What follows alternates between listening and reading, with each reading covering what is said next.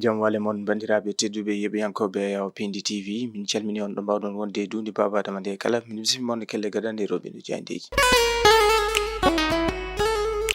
aljuma jeeɗiɗi lewru février 2025 bisimilla mon kele gadande robindo jandeji podorten ko jande le soleil jande gendira leydi Sénégal ɓe garti koye grand prix du chef de l'état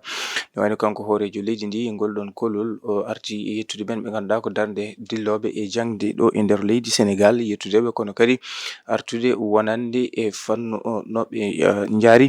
ngam tigi wadde gande e ɓen ɓe ganduɗa kam heblude sukaɓe e ɓesguji leydi Sénégal jango ɓe ganduɗa ko kay tigi goni lomto leydi Sénégal ɓe garti kamɓe le soleil e artude on mo ganduɗa ko Bara Mbengue tawi ko enseignant toon to Sembo Louga ko mo ganduɗa ko kay woni barade primé et on grand prix du chef de l'état jande rewmi quotidien ko hen ɓe garti grand prix du chef de l'état pour l'enseignement kanko hoorejo leydi ndi o arti e darnude yettude darne ɓen ɓe ganduɗa ko kay tigi goni dilloɓe e jangde ɗo e nder leydi Sénégal kono ɓe garti kamɓe rewmi quotidien à la découverte de Bara Mbengue lauréat de l'édition 2023 kanko Bara Mbengue mo ganduɗa ko jangguino toon to Sembo o Louga ɓe garti e ko yitno noon to banggue wonande darde makko e fannu jangde jayde le mandat ɓe garti koye to banggue wonande caggal nde kanko Donald Trump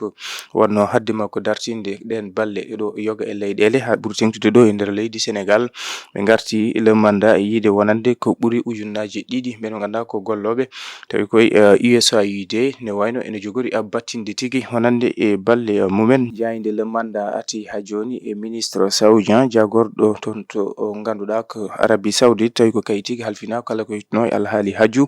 kargol makko ɗo e nder leydi Sénégal ngam yewtidde laamu ngu kono kadi wawde webtinitande ɓen ɓe ganduɗa ko kay tigi goni waɗoyoɓe hajju e hitande hikkande jayde antenne quotidien ɓe garti koyo mo ganduɗa kay tigi wonno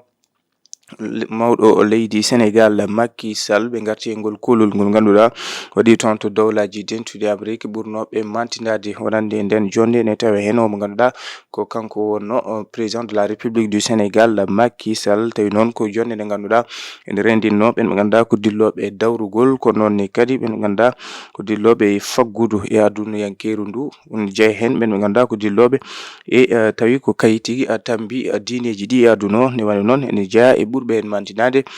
mo ganduɗa ko Macky Sall président de la République du Sénégal e ne wayno e jamanuji bennuɗi jayde antenne quotidien arti e lollinde kanko mo ganduɗa ko président Macky Sall jayde source a ɓe garti ko e liste des médias conformes aux dispositions du code de la presse ɗin média ji ɗi ganduɗa ko kay laamu ngu heftini to banggue ɗoftugol mumen ko yete ko code de la presse yiide source a e nder temedde tati e jeeɗiɗi média to banggue caktirɗe hay téléji ɗo e nder leydi Sénégal ko temedde ɗiɗi e nogas temedde ɗiɗi e capanɗe joyyi e jeetati média woni ko laamu ngu heftini hande oɗo saaha so arti ha joni ko yitno e alhaali o mo ganduɗa ko Amadou Ba menoɗo wonde mawɗo jagorɗo leydi Sénégal kam e Birima Mangara ne waɗi noon juge mo deuxiéme cabinet ko kay tigi sali nden ɗaɓɓade nde ganduɗa waɗino ɗum juge d'instruction to banggue tugol immunité parlementaire ɓen ɓe ganduɗa ko chardiyankoɓe Amadou Ba kam e Birima Mangara jayde L'As quotidien ɓe garti koye mo ganduɗa ko kanko tigi woni manditare mo ganduɗa ko le du savant égyptologue Cheikh Anta Diop l'immortel moɓe kolliti Cheikh Anta Diop mo mayata mo gueɗe mum ha e gandal mum jokki hutorede e aduna o jayde L'As quotidien arti e ñalawma hande o manditare kanko Cheikh Anta Diop jayde point actu ɓe garti koye bonne nouvelle mais pas une première fois pour la justice e yide point actu wonande ko kabaru belɗo fewde Amadou Ba mennoɗo wonde mawɗo jagorɗo leydi Sénégal kam e Birima Mangara ɓe garti noon e juge d'instruction mo ganduɗa ko kay tigi salti to banggue wonande ko yetno to banggue ɗaɓɓande procureur ngam ittude ko yete ko immunité parlementaire Amadou Ba kam e o mo ganduɗa ko kay tigi woni Birima Mangara ɓe garti e yiide conseil constitutionnel salinomo ñande 15 lewru février 2024 ko yetno ittu e guingol sungoji lefol laamu ko nonne kadi conseil constitutionnel ɓe kolliti salinomo ko yete ko noon ko ɗaɓɓande kanko mennoɗo wonde hoorejo leydi Sénégal Macky Sall ko nonne kadi hitande ujunere temedde jeenayyi capanɗe jeenayyi e nayyi 1994 juge Cheikh Tidiane Coulibaly ko kay tigi ne wayno wanno annulé on procédure mo ganduɗa ko landa PDS wanno e ko yitno e alhaali maître Sey jayde point actu arti hen jayde tribune quotidien ɓe garti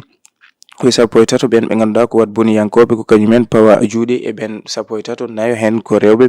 tawi koye ballal gendarmerie toon to diwan bo Saint-Louis ɓe ganduɗa noon ko kay tigui dewra ko yetno ko ha joni koɓe mbiyata ko escroquerie ɓe garti kamɓe Public Quotidien ɓe garti koye l'enquête confiée à la DIC. Farba a eu raison sur Ousmane Sonko. ɓe garti koyon alhaali Farba Ngom 125 milliards e corporeji men franc CFA. le public ɓe garti koye yiide wonande enquête o saaha ne wayno totta ɗum ko DIC nde waɗata golle mum kono Farba Ngom ne wayno elle dañi ko yete ko gonga e Ousmane Sonko. jayde le public arti hen. jayde Teral Quotidien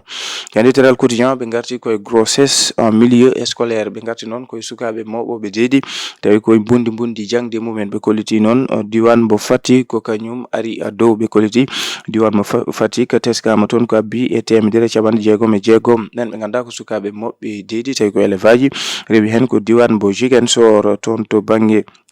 worgo leydi Sénégal kolliti noon to Ziguinchor ko 155 mawɓe deedi rewi hen ko diwan mo Tamba 100 ɓe ganduɗa ko sukaɓe wonɓe e jangde ko kañumen mawɓi deedi. en ƴeewoyto jayde les échos ɓe garti koye jamma mo ganduɗa ko jamma juɗɗo wonande ɓen ɓe ganduɗa ko golloɓe toon to CDC caisse des dépôts et des consignations kanko Fadilou Keita. ɗum noon ko caggal nde ɓe ƴetti pellital on commission de surveillance gam tottidemo ko yete ko ha joni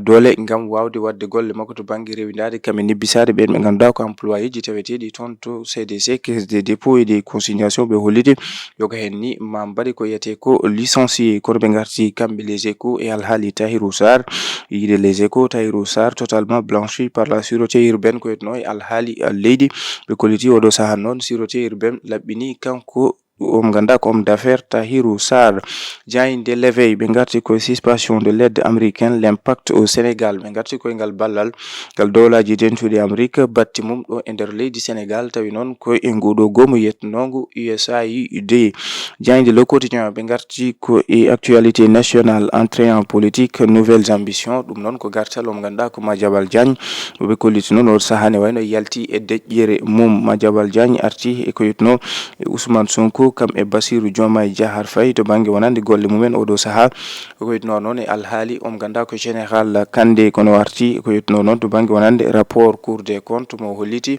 leelal walla yawa kono jaltugol mum teskete kono kadi jaltugol mum maɗum won ko ganduɗa maɗum bettu ɓesguji leydi Sénégal. o arti ko yetno noon to banggue wonande sonngoji législative ɓennude ɗi hay ko nandi hen tawe e jayde le quotidien. bandiraɓe tedduɓe yeɓiyankoɓe a yaw Pindi TV ko ɗum woni komin ɗoɓinnomon e kelle gaɗen rewɓe no jayde je subaka hande o min dokka on aadi altine paɗo sahore welede Allah.